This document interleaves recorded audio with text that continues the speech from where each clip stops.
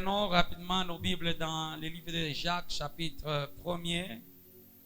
Je continue avec l'enseignement. Je crois avoir parlé, bien-aimé, brossé ce qu'est l'épreuve et les raisons pour lesquelles Dieu les envoie.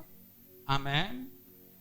Et ce matin, nous disons encore davantage avec un écrivain célèbre, Charles Catherine. Il a dit que les problèmes dans la vie du chrétien constituent le prix du progrès. Donc quand les problèmes arrivent, les difficultés, les épreuves dans la vie du chrétien, c'est le prix du progrès.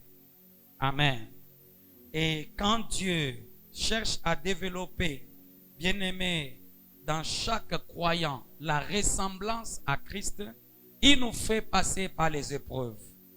Et nous comprenons que les épreuves ne sont pas une malédiction, mais un élément qui déclenche la maturité. Qui veut que Dieu veut que nous puissions reproduire la vie de Jésus. Si c'était moi, j'allais dire Amen.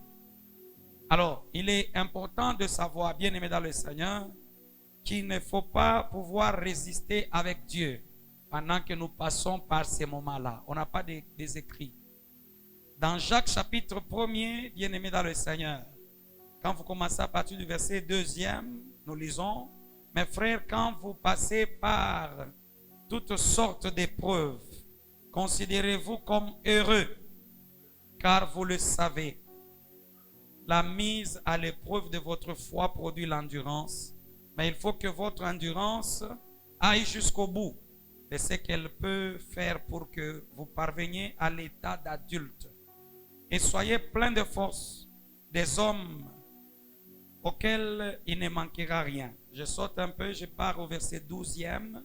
Je vais lire 12, 13, jusque, bien-aimé dans le Seigneur, verset 17. Heureux l'homme qui tient ferme face à la tentation, car après avoir fait ses preuves, il recevra la couronne du vainqueur, la vie que Dieu a promise plutôt à ceux qui l'aiment. Que personne devant la tentation ne dise c'est Dieu qui me tente, car Dieu ne peut, bien-aimé, ne peut pas être tenté par le mal, et il ne tente lui-même personne. Lorsque nous sommes tentés, ce sont les mauvais désirs que nous portons en nous qui nous attirent et nous séduisent. Puis le mauvais désir puis le mauvais désir conçoit et donne naissance au péché. Et le péché, une fois parvenu à son plein développement, engendre la mort. Ne vous laissez pas donc égarer sur ce point, mes chers frères. Tout cadeau de valeur, tout don parfait nous vient d'en haut, du Dieu qui est toute la lumière et en qui il n'y a ni changement, ni ombre, dû à des variations, nous acclamons le Seigneur, le Roi de gloire. Est-ce qu'on peut encore acclamer pour la parole de Dieu? Amen. Je disais le dimanche passé que la vie d'un chrétien, bien-aimé, c'est une vie qui peut être jalonnée par plusieurs problèmes, par les épreuves qui peuvent arriver. On ne le souhaite pas. Il n'y a personne qui va dire je souhaite voir le malheur ou bien un problème arriver. Mais Dieu, bien-aimé, en quelque sorte, nous fait passer par là pour pouvoir, bien-aimé, tirer le meilleur de nous-mêmes. Alléluia. Et quand nous passons par des moments, bien-aimés, d'épreuve, la Bible déclare, considérez-vous comme heureux. Quelqu'un qui passe par un moment difficile et on lui dit, considère-toi heureux, parce que Dieu veut t'amener à une autre dimension. C'est un signal que Dieu, bien-aimé dans le Seigneur, manifeste. Et la Bible déclare que celui-là qui est qui passe, bien aimé, par des moments pareils, doit, bien aimé, tenir fermement. Il ne peut pas se décourager parce que il peut arriver, bien aimé, que le découragement arrive pendant que nous sommes en train de passer par des moments difficiles. C'est pourquoi, bien aimé dans le Seigneur, quand vous lisez 1 Corinthiens chapitre 10, verset 10, vous allez comprendre que, bien aimé, Dieu ne veut pas que nous puissions passer par un état de murmure pendant que les choses peuvent nous compliquer. Alors Dieu veut, bien aimé dans le Seigneur, garder notre foi, garder notre langage et non pas murmurer. Je tiens à signaler que Dieu n'a jamais encouragé les murmures. Si c'était moi, j'allais dire amen. Dieu n'a jamais encouragé les murmures. Dieu ne veut pas que nous puissions arriver à nous plaindre. Dieu n'aime pas qu'on se plaigne. Si c'était moi, j'allais dire amen. Alléluia. Et pendant que, bien aimé dans le Seigneur, on peut passer par des moments d'épreuve, il ne faut pas, j'allais dire, bien aimé, de pouvoir se rebeller. C'est d'abord d'accepter. Je vais dire une chose. Quand l'épreuve vient, on peut, bien aimé dans le Seigneur, accepter ou bien on peut se rebeller contre. Et attention, notre attitude peut déterminer ce que, bien aimé, sera la fin. Parce que même dans l'épreuve, il y a des gens qui se sont rebellés contre Dieu. Il y a des gens qui ont murmuré contre Dieu. Et Dieu n'a pas aimé ça. Que Dieu soit loué. Je peux dire, bien aimé, sans pouvoir nous tromper, bien aimé dans le Seigneur, qu'il y a par moments où l'épreuve peut, bien aimé, passer dans la vie d'une personne et ça vire vers le mal. C'est-à-dire l'homme peut arriver à pouvoir abandonner son Dieu. Il peut pouvoir, bien aimé dans le Seigneur, commencer à parler en mal contre Dieu. Et l'homme, à des moments, il a besoin ou bien il cherche à ce que les gens le regardent, bien aimé dans le Seigneur, avec compassion. Or, Dieu n'attend pas qu'on nous regarde avec compassion. Dieu veut voir ce que nous allons produire comme enfants de Dieu. Voilà pourquoi, quand vous lisez Hébreux 12, verset 11, la Bible déclare, certes, sur le moment, une correction ne semble pas être un sujet de joie, mais plutôt une cause de tristesse. Mais par la suite, elle a pour fruit chez ceux qui ont ainsi été formés une vie juste vue dans la paix. Alléluia. Alléluia. Pour ceux-là qui sont passés par là, je reprends cette lecture parce que c'est très important. C'est pourquoi, bien aimé, sur le moment, une correction ne semble pas être un sujet de joie, mais plutôt une cause de tristesse. Alléluia. C'est une cause de tristesse. Maintenant, regardez la suite. La Bible déclare, mais par la suite, elle a pour fruit chez ceux qui ont ainsi été formés une vie juste, vécue dans la paix. Que Dieu soit loué. C'est-à-dire, pour celui qui, bien aimé, vit avec Dieu, quand il passe par l'épreuve, ça ne produit pas pour lui la tristesse, mais au contraire, l'homme voit Dieu dans cette action pour dire, Dieu est en train de me faire passer pour aller à une étape supérieure. Alléluia. Mais quand nous regardons avec les yeux humains, bien aimé, l'épreuve devient comme une tristesse et un moyen de pouvoir parler n'importe comment devant le Seigneur. Alléluia. C'est pourquoi, bien aimé dans le Seigneur, je veux dire à quelqu'un, Dieu veut que nous puissions développer ses caractères à lui. Que nous puissions produire ce qu'il est. Alors il nous fait passer par des épreuves. Et les épreuves sont utiles pour tirer le meilleur de toi. Alléluia. Attention, il ne faut pas, bien aimé, haïr la personne qui te corrige parce qu'elle cherche à ce que tu produis le meilleur de toi.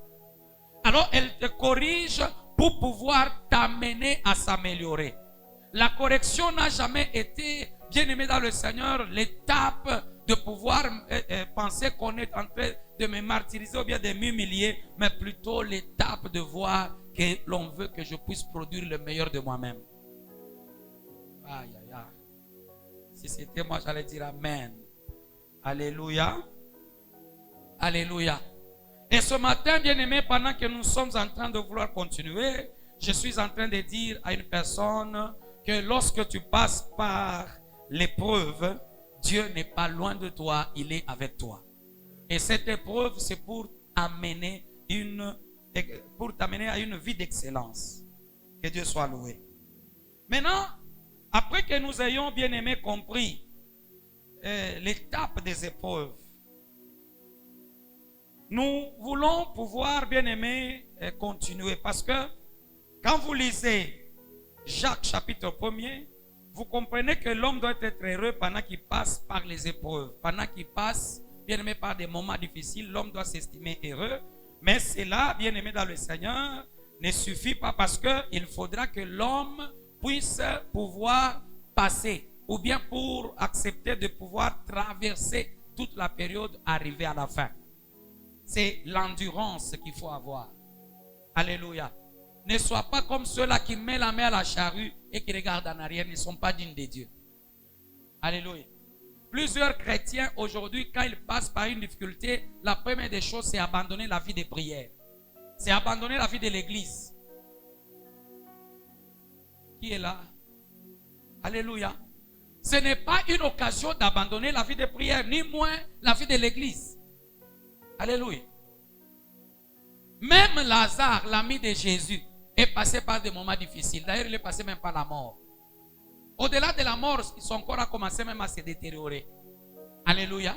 Je veux dire à une personne bien aimée dans le Seigneur, lorsque Jésus arrive, les sœurs de Lazare disent que si tu étais là. Jésus dit que je suis la résurrection et la vie. Amen. Je suis la résurrection et la vie. C'est qu'il n'y a rien qui peut lui dépasser. Je dis à quelqu'un, rien ne peut dépasser notre maître. Alléluia. Même pas la mort. En Dieu, il n'y a ni ombre de variation. Dieu n'a jamais changé. Il est le même hier, aujourd'hui et éternellement. Je reprends. Il n'a jamais changé. Alléluia. Même si ta situation est difficile, je suis venu t'encourager pour te dire que Dieu est capable de te repêcher de cette situation. Ça, c'est une vérité. Alléluia. Donc, Jésus, sa présence a tout changé. La présence, bien aimée, à la tombe de Lazare. Donc, la présence de Jésus change tout. Vous pouvez, bien aimé, aimer vivre les miracles. Mais quand les miracles sont opérés, à l'absence de Dieu, les bien-aimés dans le Seigneur, il n'y a rien qui change. Israël a été libéré. Alléluia. Alléluia. Israël a été libéré. Seulement quand la présence du sang, c'est la présence de Dieu, a commencé à se manifester. C'est alors que la délivrance a été effective. Mais les disciples n'ont pas bien aimé changer d'avis du cœur de Pharaon. Je suis en train de dire à quelqu'un, Dieu ne te laissera pas seul passer par des moments difficiles. Ce sont des moments bien aimés qu'il choisit pour transformer même ta vie. Que Dieu soit loué. Alors, je disais bien aimé, lorsque nous lisons le livre de Jacques, comprenons d'abord que c'est un livre qui est écrit pour les 12 tribus d'Israël qui sont dispersées. Ils sont en train de passer par un moment difficile. Ils ne sont pas chez eux. Voilà pourquoi Jacques, quand il les écrit, il écrit à ses frères qui sont juifs. Amen. Et ils ne peuvent pas se plaindre de l'étape des preuves par lesquelles ils sont en train de passer. Il y a deux éléments que Jacques fait ressortir. Le premier élément, c'est l'épreuve, et le deuxième élément, c'est la tentation. Et parlant de l'épreuve, il le dit si bien qu'ils devraient eux-mêmes pouvoir aimer l'étape par laquelle ils étaient en train de passer. Pour plusieurs bien-aimés chercheurs, les livres de Jacques représentent la vie pratique d'un croyant. Alléluia. Ça représente la vie pratique d'un croyant. Un croyant doit connaître et doit maîtriser les choses dont nous sommes en train de parler. Que Dieu soit loué. Regardez même, bien aimé dans son énoncé, il dit Jacques, serviteur de Jésus et du Seigneur Jésus-Christ, salue les 12 tribus dispersées du peuple de Dieu. Amen. Il leur adresse une lettre pour leur encourager que l'étape par laquelle il est passé, ce n'était pas que Dieu les avait oubliés, mais Dieu voulait pouvoir éprouver leur foi, voir s'ils peuvent rester attachés à lui. Que Dieu soit loué. Et à un certain moment, bien-aimés, nous devons savoir qu'il y a des événements qui arrivent. Dieu teste notre foi. On l'a dit, bien-aimés, longuement le dimanche passé. Alors aujourd'hui, bien-aimés dans le Seigneur, quand nous rentrons dans la lecture, nous comprenons que, bien-aimés dans le Seigneur, au verset 12, Jacques parle de quelque chose. Il dit, heureux l'homme qui tient ferme face à la tentation. Amen. L'épreuve ne peut pas, bien aimé, être comparée à la tentation, non. Parce que la tentation, bien aimé dans le Seigneur, selon quelques définitions que j'ai pu, bien aimé, déceler, c'est que la tentation, c'est l'impulsion qui pousse au péché, qui pousse au mal. Voilà pourquoi Jacques dit que Dieu ne peut pas pousser quelqu'un vers le mal. Alléluia. Que celui qui est tenté ne dise pas que c'est Dieu qui m'a tenté. Dieu ne peut pas, bien aimé dans le Seigneur, tenter une personne pour le pousser à commettre le mal. Que Dieu soit loué. Mais ici, regardez, lorsque vous passez, la Bible déclare, heureux l'homme qui endure la tentation, car après avoir été mis à l'épreuve, il recevra la couronne de vie. Amen. C'est-à-dire, après une tentation, il y a une victoire qui t'attend. Il y a une couronne de victoire, j'allais dire, qui t'attend. Alléluia. Même après une preuve, Dieu veut te couronner. Dieu veut te donner, bien-aimé dans le Seigneur, ce que tu n'avais pas. Il aura un autre regard sur ta vie. Et même sur ta personne. La tentation, je disais, bien-aimé dans le Seigneur, la tentation et l'épreuve peuvent virer peut-être au bien et même au mal. On peut réussir l'épreuve ou l'échouer. Mais écoute-moi, bien-aimé, on peut aussi succomber à la tentation du bien-aimé dans le Seigneur ou lui résister victorieusement. Je veux dire, bien-aimé, l'intention du tentateur, de celui qui vient te tenter, bien-aimé dans le Seigneur, c'est de te faire tomber. Mais l'intention de l'éducateur qui, bien-aimé, te met à l'épreuve, c'est de te faire croître et te faire progresser. Est-ce que je me fais entendre? Quand le tentateur vient, bien-aimé, il veut te faire tomber. C'est ça son intention. Il veut que tu puisses abandonner. Mais quand Dieu, l'éducateur, vient te faire passer par l'épreuve, bien-aimé dans le Seigneur, il veut que tu puisses croître. Il veut que tu puisses progresser. C'est là qu'il y a une différence, bien-aimé, à ce niveau. Que Dieu soit loué. J'ai dit que Dieu soit loué. Donc la tentation, je disais, est un attrait vers quelque chose défendu par la loi. La loi morale, bien sûr, ou une loi religieuse. Je reprends cette définition parce qu'elle est très importante. Je disais que la tentation, c'est un attrait vers quelque chose de défendu. Donc tu es attiré vers quelque chose de défendu par une loi morale ou religieuse. C'est un attrait ou une attirance vers quelque chose de défendu par une loi morale ou religieuse.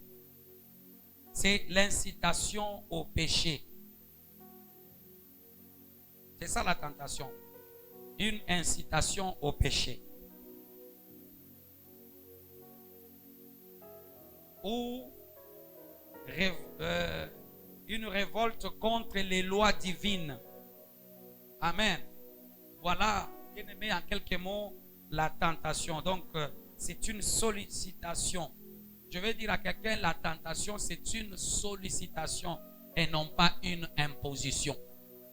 L'ennemi ne t'impose pas, il sollicite. Dis à celui qui a t'écouté, l'ennemi peut solliciter, mais il ne t'impose pas. Alléluia. Aucune tentation, la Bible déclare dans 1 Corinthiens 10, verset 13, aucune tentation ne vous est survenue, n'est arrivée, qui n'est pas humaine. Parce que Paul a dit que Dieu ne tente personne, mais ce sont les désirs en nous, la chair, qui, à un certain moment, se réveille et nous pousse vers le mal, nous pousse vers la révolte. Il y a une incitation, il y a comme une obsession, bien-aimé, dans le Seigneur, vers le mal. Il y a une puissance qui veut que nous puissions accomplir le mal ou se révolter contre les lois de Dieu. Alors, Paul qui enseigne, il dit, aucune tentation n'est survenue, bien-aimé, qui n'est pas humaine. C'est-à-dire, la tentation vient par la sollicitation de la chair, de ton fort intérieur. Quelqu'un peut dire amen. Donc, le fort intérieur s'exprime à ce moment-là. Nous parlons de la tentation. Je vous donne un exemple. Je peux être tenté à pouvoir prendre, même bien aimé, de la drogue ou bien prendre de l'alcool. Je suis tenté, mais je ne suis pas appelé à pouvoir accepter. La tentation, je peux la refuser. Alléluia. Je peux la refuser. Je peux, bien aimé, la réfuter. Je dis à quelqu'un, quand le péché te bipe, n'accepte pas. Car Romains chapitre 6 nous dit que quant au péché, nous sommes morts. Si c'était moi, j'allais dire amen. Même quand vient le bip du péché, le bip du vol, le bip de la prostitution, je refuse de pouvoir laisser la porte ouverte.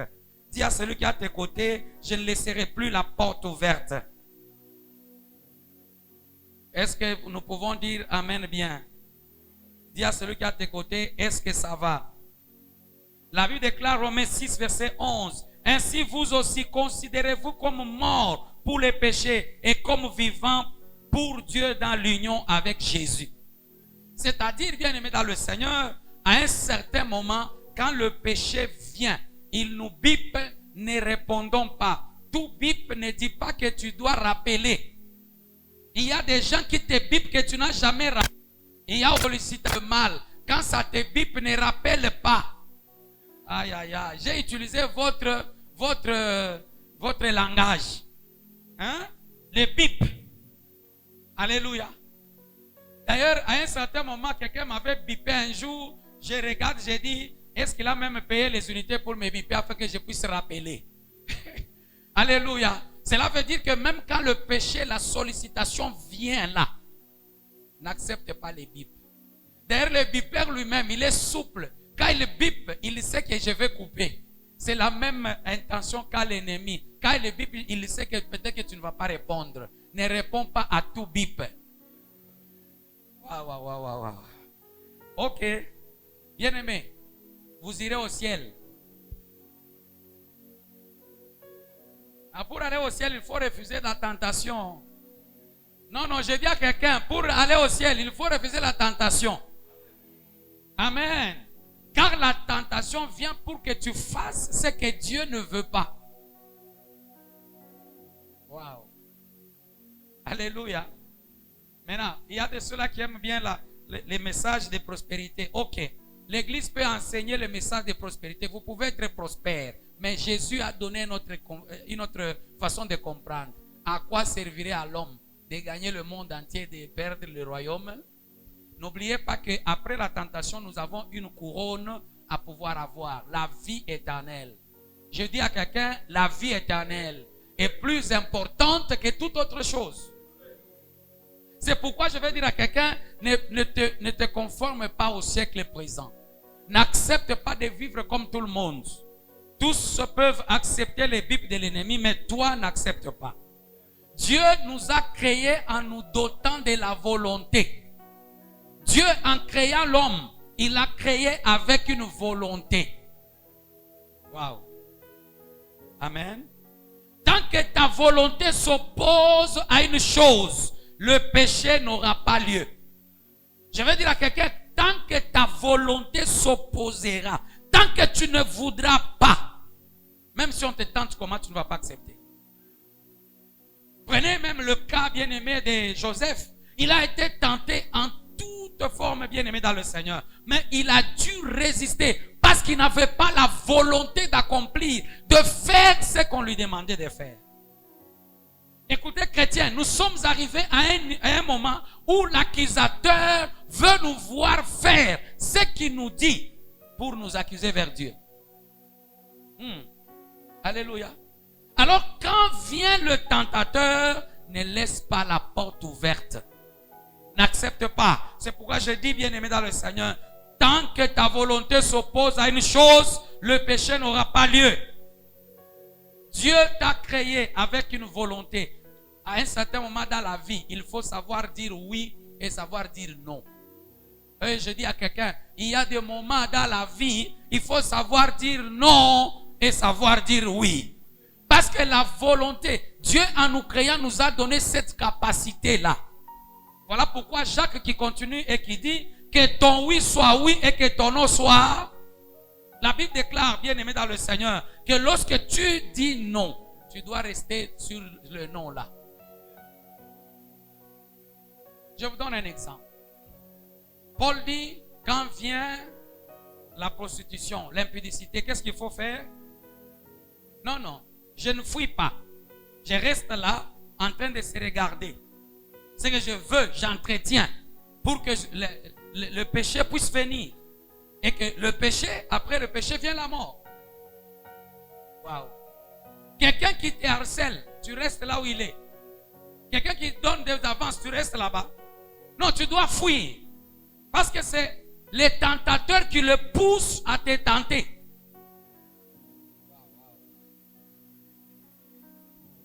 Bon,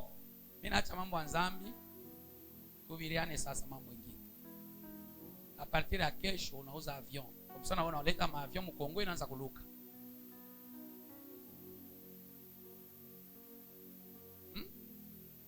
Non, acclamez parce que demain vous serez responsable d'une compagnie d'aviation. Acclame. Hakuna. Alléluia. Alléluia. Église, n'aimez pas qu'on puisse vous flatter. Église, aimez la vérité. Alléluia. Dis d'abord à celui qui est à tes côtés, avec le péché, on ne négocie pas. La Bible déclare que c'est dans le cœur de l'homme que viennent toutes les mauvaises choses, les mauvais désirs, c'est dans le cœur. Alléluia. Quand tu commences à vouloir faire le mal, regarde-toi, ce n'est pas Dieu qui te pousse à faire ça. Ne sois pas comme ce prophète-là qui dit, Dieu m'a donné une prophétie pour que j'engrosse ma fiancée parce que je n'ai pas de moyens. Dieu, lui, il a oublié que pour avoir une femme, il faut doter. Il a oublié la loi qu'il a mise là. Dieu peut te pousser vers le mal. C'est le désir. Ce frère-là avait le désir d'impudicité, point. Et puis vous savez quoi? Quand, bien aimé, le péché commence à régner dans la vie d'une personne, bien aimé, cette personne, premièrement, voudra contredire tout ce qui est contraire à ce qu'il lui veut. Le tentateur vient. Jésus était sorti de la prière. Ce n'est même pas la prière que le diable a eu peur. Mais la Bible déclare, il est venu le tenter. Vrai ou faux? Il est venu faire quoi? Le tenter. Après la prière. Pour voir s'il était réellement fils de Dieu, qu'il pouvait obéir aux lois de Dieu. Amen. Et lorsque l'ennemi vient le tenter, il vient le tenter au travers de la parole de Dieu. Et nous n'allons pas oublier, bien aimé dans le Seigneur, que Jésus a dû résister contre cela. Mais le tentateur est venu aussi au jour d'Adam et Ève. Ève, bien aimée, a été attirée par ce qu'elle voyait. Je veux dire que tout ce qui attire ne veut pas dire que c'est ça Dieu. Tout ce qui attire, comme dit le monde, n'est pas... Non, non, le monde dit quoi? De l'or. Alléluia. Ce n'est pas que parce que c'est beau. Je veux dire à quelqu'un, ce n'est pas parce que c'est un bon monsieur, il a l'argent, il te propose ses filles. Non, non. Ce n'est pas que c'est une belle femme. Non, non. La mort peut venir de là à cause du péché. Et même quand l'homme arrive à voler, laisse-moi te dire, c'est parce qu'il a envié la chose. Il a convoité la chose. Il a vu le regard. Que Dieu nous aide. Alors ce matin, bien-aimé, je disais, lorsque Ève a vu, elle s'est laissée berner, elle a voulu entendre. Et on l'a convaincue de manger. Je veux dire, si Jésus a vaincu, elle aussi pouvait vaincre. Mais elle s'est laissée dominer par le mal. Ne te laisse pas dominer par le mal. Je reprends, ne te laisse pas dominer par le mal. Alléluia. Alléluia. Je vais dire à quelqu'un, bien-aimé dans le Seigneur, toute sollicitation n'est pas une imposition. Qu'il n'y ait pas, bien-aimé, une forme d'imposition pour dire, oh, même la Bible déclare la chair est faible et l'esprit est disposé. Si l'esprit est disposé, pourquoi est-ce qu'il ne t'a pas donné la volonté de pouvoir vaincre cela? Que Dieu nous aide. Lorsque naquit, bien-aimé, Caïn et Abel, nous voyons, bien-aimé dans le Seigneur, que les deux personnes, nous sommes dans Genèse chapitre 4, verset 1 jusqu'à 7. C'est très long, j'explique rapidement, bien-aimé. Que Dieu même va aller vers, bien-aimé, cet homme. Il dit, l'Éternel porta le regard favorable. Maintenant, il ne porta pas le regard favorable sur l'offrande de Caïn, qui fut très irrité. Et son visage abattu. Et l'Éternel va conseiller même cet homme. Il dit, pourquoi es-tu irrité? Et pourquoi ton visage est abattu? Certainement, si tu agis bien, regarde, Dieu veut que nous agissions bien. Voilà pourquoi il nous envoie la parole. Alléluia. Si tu agis bien, tu relèveras ton visage. Et si tu agis mal, le péché se couche à ta porte. Et ses désirs se portent vers toi. Amen. Mais toi, domine sur lui. Domine sur le péché. C'est pourquoi je parle de la porte. Quand tu laisses la porte, le péché va entrer. Même Caïn n'a pas pu obéir au conseil que Dieu lui a donné. Il a décidé de tuer son frère. Parce que la tentation est devenue grande. Je vais dire à quelqu'un bien-aimé. La jalousie produit la mort. Je reprends, la jalousie produit la mort. Alors, il ne fallait pas que Caïn, bien-aimé dans le Seigneur, puisse se laisser tomber. Il allait seulement, bien-aimé dans le Seigneur, arriver à dominer, considérer l'autre comme étant son frère. Je vais dire, bien-aimé dans le Seigneur, Dieu a pris le temps de dire à Caïn que tu peux dominer sur le péché. Amen. Il lui a donné, bien-aimé, la possibilité. Il dit, si tu agis bien. C'est-à-dire, même quand Dieu nous regarde dans notre vie et qu'il y a des tentations, il y a les pulsions de la chair qui viennent, il y a, bien-aimé, même l'ennemi peut venir réveiller quelque chose en nous. Dieu regarde, il veut que nous puissions faire le bien. Il a dit à Israël, j'ai placé deux chemins. Alléluia. Le chemin de la vie et celle de la mort. Ce qui est à nous de pouvoir choisir. Mais il dit, pour moi, j'aimerais que vous puissiez choisir le bien. Amen. Amen. Donc, cet homme bien-aimé dans le Seigneur, il était irrité. L'Éternel lui reproche ça. Et à par moment, bien-aimé, quand la tentation vient, nous sentons une force en nous qui nous dit, ne fais pas. Comme une voix qui nous parle. La conscience est la lampe que nous portons. Que Dieu soit loué. Je dis que Dieu soit loué. Regarde, bien-aimé dans le Seigneur. Caïn n'a pas pu, bien-aimé dans le Seigneur, obtenir la victoire sur les péchés. Et il a succombé. Il a accepté d'être dominé par le péché.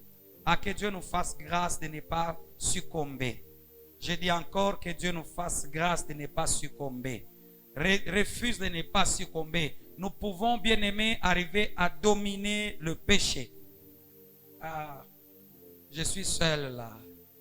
Qui me délivrera de ce corps de mort? Ce sont les paroles, bien-aimées, de Paul dans Romains 7, verset 24. Il dit, qui me délivrera de ce corps de mort?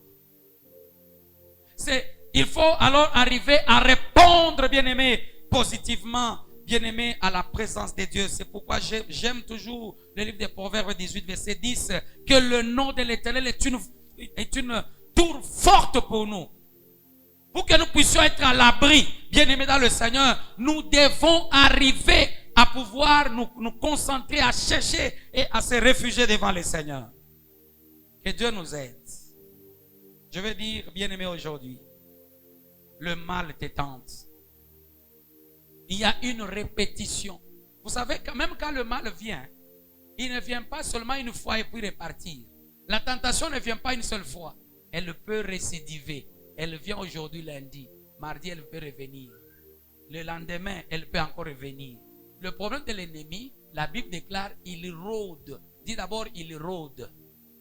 C'est-à-dire, il a une permanence. Il veut que tu ouvres seulement la porte pour rentrer.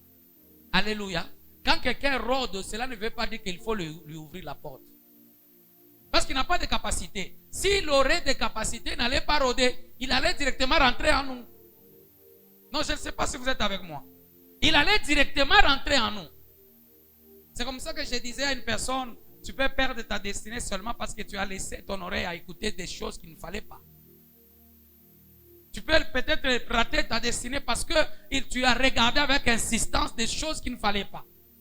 Et j'aime David qui a dit, même Job, qui dit, bien-aimé dans le Seigneur, j'ai fait un pacte que mes yeux ne voient pas le mal. Que je ne puisse pas porter, Job dit, je ne puisse pas porter le regard sur la Vierge. Donc, bien-aimé, il s'est donné de la discipline. Mais regardez la vie de David, bien-aimé dans le Seigneur. Un jour, lorsqu'il voit la femme d'Uri en train de se baigner, il a commencé à convoiter, puis il a appelé, il a même tué. Alléluia. Il a même tué son mari. Ah, si c'était moi aujourd'hui, j'allais dire que Dieu m'aide. Que Dieu m'aide.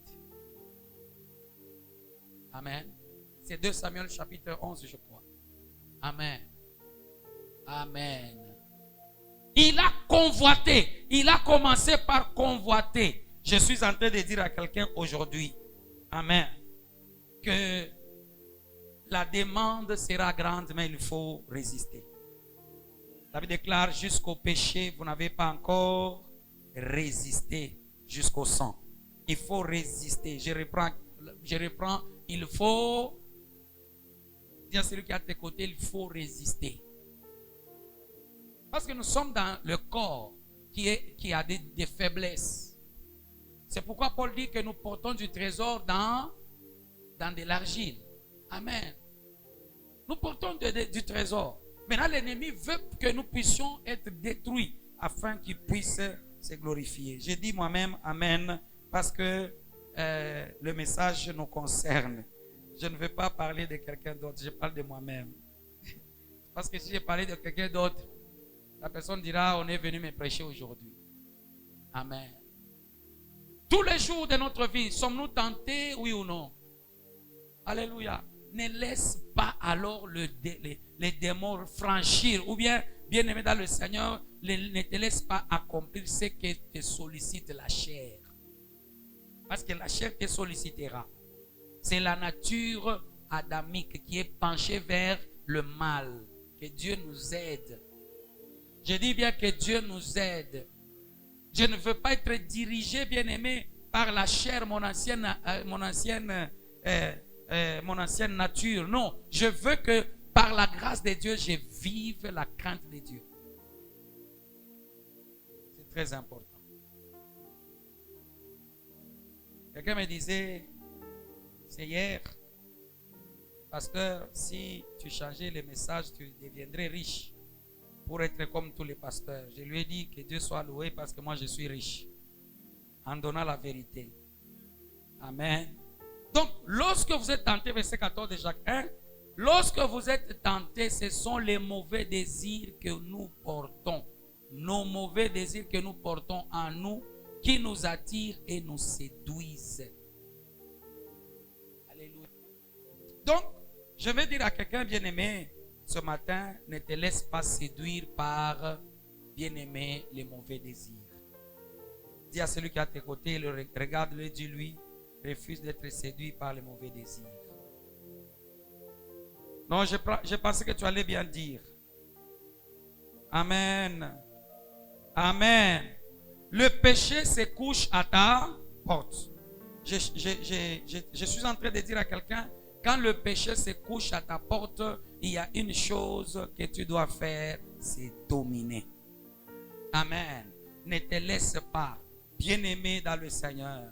Si tu veux vaincre une tentation, il faut aussi la détecter et être conscient. Amen. Le péché était devant lui, à sa porte. Dieu lui parle, il dit, attention, le péché est là. Lui-même n'est pas conscient. L'ennemi rôde bien-aimé comme un voleur. Il est là. Chaque chrétien doit savoir que l'ennemi est là. Il faut être conscient qu'il est là. Il cherche à nous détruire. Alléluia. Écoute, la tentation n'épargne personne. Pasteur que vous soyez, onction que vous avez, prophète que vous êtes. Waouh. Chantre que vous êtes. Est-ce que je parle à quelqu'un? Même si vous dites que moi je ne travaille pas à l'église, je ne suis qu'un simple croyant, je vais seulement le dimanche. La tentation viendra vers toi. Amen. La tentation n'épargne personne. Pas même les pasteurs, pas même les prophètes, même s'ils prophétisent comment, le tentateur viendra. C'est la capacité de dominer qui nous manque, qui nous laisse berner et nous agissons comme veut la tentation. Que Dieu nous aide à nous donner la force. Je dis que Dieu nous aide. Dans Genèse 39, verset 9, cet homme répond devant la femme de Potiphar. Comment ferais-je un aussi grand mal et pécherais-je contre Dieu? Alléluia. Quand la tentation vient, pense aussi à toi et pense aussi à ton prochain, pense aussi à ta famille. Je vais dire à quelqu'un, quand tu es tenté, pense à toi-même, pense à Dieu, pense à ta famille. Il y a des fois, bien-aimés, cette joie éphémère-là peut détruire toute une famille. Alors il faut faire attention. Pense, ne sois pas seulement égoïste. Ne pense pas à toi-même. Pense aussi à ceux qui sont dans ton entourage. Et Joseph dit, comment devrais-je pécher contre? Amen. Contre. Comment dois-je faire un plus grand péché? Alléluia. Pour mon patron, vous êtes la femme de mon patron. Comment dois-je commettre un tel péché? Regardez, il a pensé à qui? Non pas à lui, hein? Non, il a pensé au patron. Et puis il regarde la loi de Dieu. Est-ce que quand tu veux faire des choses, tu penses à toi, ou bien tu penses à ton prochain, ou tu penses même à Dieu? C'est ça le problème. Quelqu'un s'est livré à la vie d'impudicité un jour. On lui a posé la question, et si tu mourais, c'est ma famille, on t'apporte chanine. Et quoi, on va t'apporter chanine? Mais il accepte de faire souffrir sa famille. Non, je ne sais pas si je parle à quelqu'un. Quand tu es tenté par le bien-aimé, la vie de l'alcool, ce n'est pas seulement ton honneur. Pense aussi à l'honneur de tes enfants, à l'honneur de ta femme, à l'honneur de ton mari. Il y a des femmes qui boivent.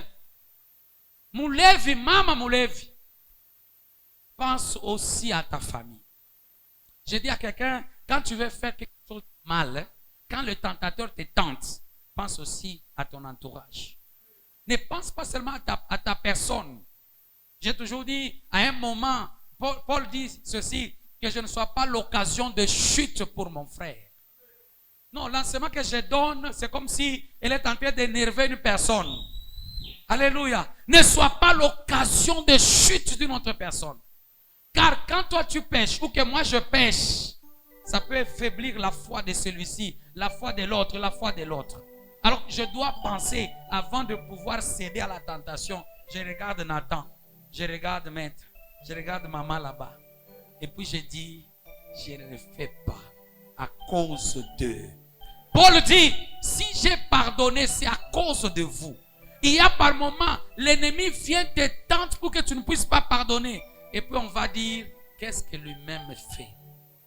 Non. Est-ce que nous sommes là? Est-ce que nous sommes là? La vie de Joseph, c'est tout un enseignement.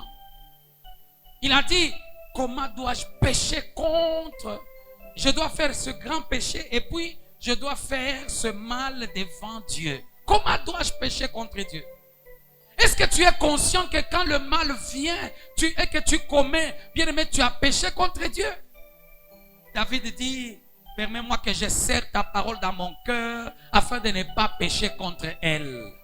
Ne vis pas la vie chrétienne comme si nous étions bien aimés, dans un mouvement. Nous ne sommes pas dans un mouvement. La vie chrétienne, c'est une vie. C'est ta vie à toi. Et je dis à quelqu'un, c'est ta vie. C'est la pratique de ce que tu fais. La tentation vient par les désirs qui sont cachés en toi. Et l'ennemi veut présenter le mal que tu commets. C'est ça sa mission. Que Dieu nous aide. J'ai dit que Dieu nous aide. Jésus a dit clairement, retire-toi Satan, car il est écrit, tu adoreras le Seigneur ton Dieu et tu le serviras lui seul. Matthieu chapitre 4. Alléluia. Verset 10e. Je suis en train de dire, bien-aimé dans le Seigneur. Aujourd'hui, que le tentateur viendra, mais ne lui laisse pas la porte ouverte.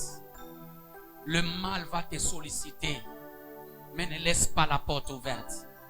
C'est vrai, bien-aimés, nous pouvons vous expliquer que lors de la tentation, il y a plusieurs choses que nous devons faire. Que Dieu nous donne la force de pouvoir les enseigner. Amen. Il y a comme la vie de prière qui doit être ta vie. Alléluia. La Bible déclare, vous n'avez pas su prier même 1 heure. Priez afin que vous ne tombiez en tentation. Je vais dire à quelqu'un, si le mal veut venir par chez toi, la première des choses, le premier indice, tu ne vas plus aimer la vie de prière. Ce sont des signes que les tentateurs préparent quelque chose de mal. Il veut s'approcher. Voilà pourquoi quand je n'ai plus la vie de prière, je commence à pleurer. Seigneur, où est parti le zèle de prière? Pourquoi je ne prie plus? Pourquoi je suis incapable de prier? Alors que kama ombe, il faut chutuke parce que le mal est là. C'est comme ça que les chrétiens qui ne prient pas sont bien aimés des bombes à retardement pour l'église. On dira, angara vile vinyeble ba Kristo benafanya. Ashombake, njoo maana nafunga vitu vya vile. Kama unaomba maombi itakusaidia ushaanze kufanya vitu vingine. C'est pourquoi j'insiste sur la vie de prière personnelle. Hapana prière à kanisa.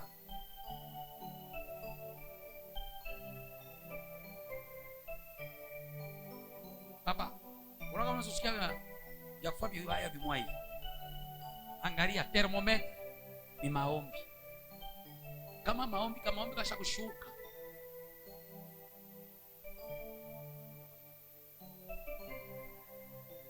Sasa kama uko chrétien, washo maombi.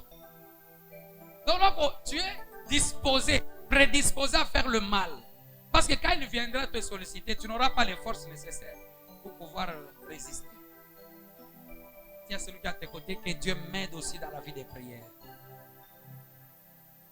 Dis-lui, j'ai pris pour toi, que Dieu te donne la force de prier. Non, est-ce que tu peux bien le dire? J'ai pris pour toi, pour que Dieu te donne la force de prier. Je reprends, il y a un ciel à gagner. Je reprends, il y a un ciel à gagner. Je reprends, il y a un ciel à gagner.